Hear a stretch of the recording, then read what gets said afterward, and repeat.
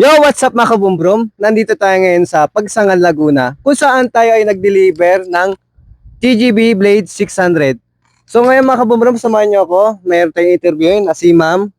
So ma'am, good morning po. Hi! So, okay po ma'am. Ma'am, bali, una po yung na-avail si Shark 220 Pro na 2 pieces. Yes. So, kamusta naman po si Shark 220 Pro, yung paggamit sa ATV?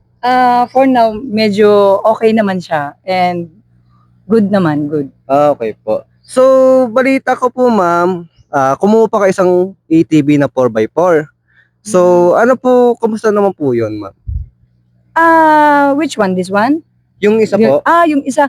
The 4x4, yung luma, Opo. medyo hindi lang namin gusto yung after, yung after sales nila. Kasi sobrang, alam mo yon, yung mura siya pero wala namang pyesa. So, yung Opo. parts nila is per order pa, not available. Okay po. So, medyo mag-waiting ka. So, sa mga kaya- para bang yung quality na nahanap nyo, wala po doon.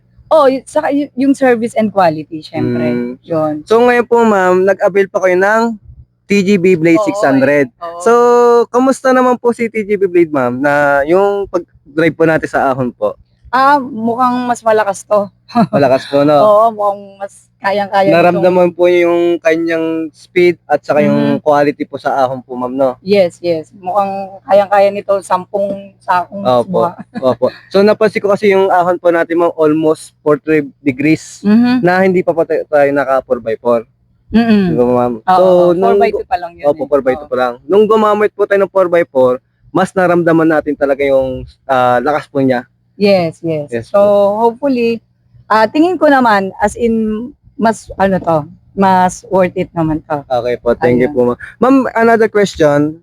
Recommended niyo po ba ang USM Laguna sa pag-avail ng ATV sa mga iba niyong kakilala, sa mga friends, sa kamag-anak? Oo, kung mayroong may gusto, meron silang branch sa San Pablo. Sa Pablo po. And yung main nila is at QC.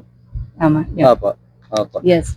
Naman natin yan. Guaranteed. And tingin ko is talaga, mas natin na mas mahal siya, pero hindi kayo mag-aano na, uy, bakit ang mahal niya? Wala eh. Kumbaga, ganun talaga, sulit na yan. Masusulit naman. Sa kasi TGB, isa po siyang made in Taiwan. So, yun po. So, talagang po siya, pricely.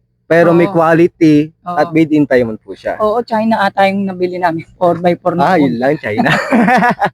So, Yung una. okay po, ma'am. Tapos po, ma'am, another question. Ilang star sa USM Laguna?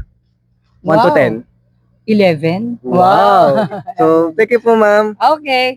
So, yun, mga kabumbrum, nakita nyo po ang TGB Blade 600. So, mga kabumbrum, sa mga naghahanap ng ATV tulad po nito, or naghahanap ng UTV, buggy type, pumunta lang po tayo sa Primea, Barangay San Roque, San Pablo City, Laguna. Or search nyo lang po sa Google Map or Waze Map, USM Laguna. So tara, mga kabumbrum,